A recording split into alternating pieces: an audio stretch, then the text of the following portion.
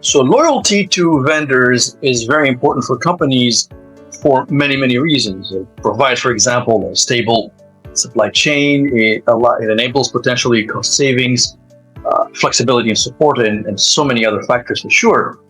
It's no different in the ITAD market. So we surveyed over 1,100 US organizations, and one of the goals of the research was to essentially assess the competitive landscape in the ITAD sector, and to what extent your peers in 9 vertical markets, including the financial and the healthcare sectors, tend to be loyal to their ITAD service providers or not, really. First, what did the data show?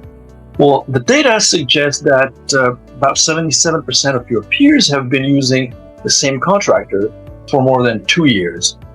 A strong 36% reported more than 4 years. Now, the interpretation of this data is up to anyone to make, really, but subsequent secondary research, and by that I mean largely through phone interviews, did confirm that loyalty is seemingly strong in the ITAD sector.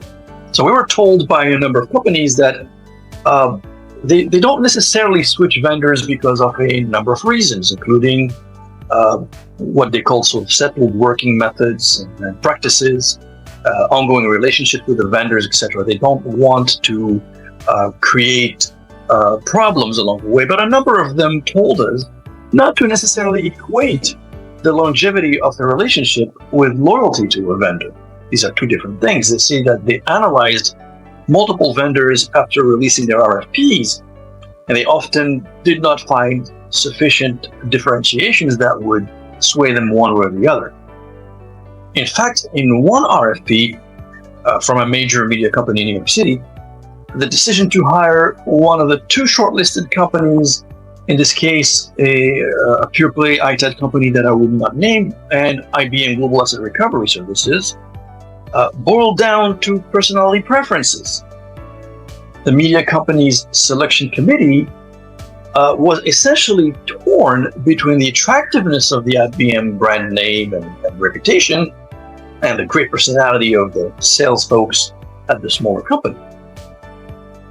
Eventually, the smaller company ended up winning because the sales and account teams were a lot more agile and much responsive, a lot faster anyway, than IBM in this case, giving their supporters of that small company that is in the selection committee more arguments in its favor.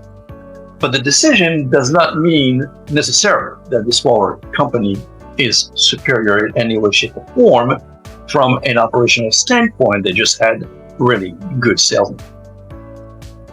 Lack of differentiation could be a problem in the long run, as your companies begin to require more transparency to enhance their ESG metrics and other data. Emotion-based decisions are likely to be replaced by what I would call data-driven decision process. So when I'm asked about loyalty, for now, it's not necessarily driven by vendors or a particular supplier doing extraordinary things, but more about clients not having more options to pick from. And that is something that we expect to change progressively over time.